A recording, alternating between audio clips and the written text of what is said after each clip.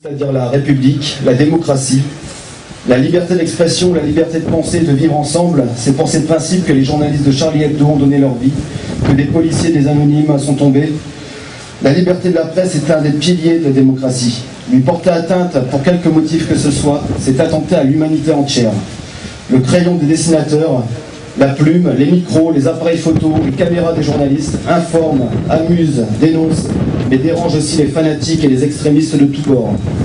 C'est pour cette raison qu'aujourd'hui et pour longtemps, nous sommes tous Charlie.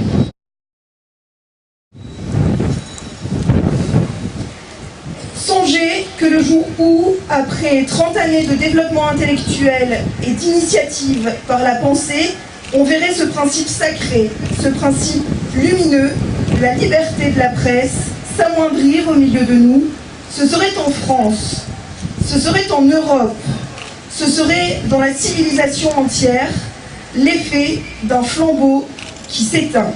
Victor Hugo, 11 septembre 1848, à l'Assemblée nationale.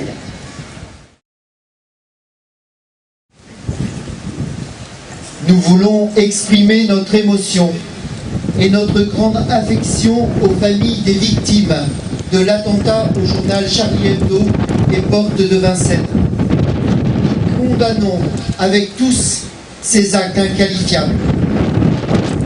C'est face à cette situation que nous voulons rappeler que nous partageons les devises de la République française de liberté, d'égalité et de fraternité. Cette épreuve nous invite à une plus grande fraternité, à faire grandir l'unité de notre nation. Il nous appartient, dans les rencontres les plus simples, de favoriser cette fraternité entre tous.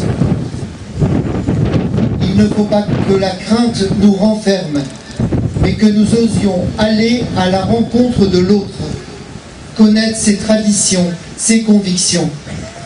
Nous sommes convaincus que la connaissance mutuelle est nécessaire pour garantir le vivre ensemble.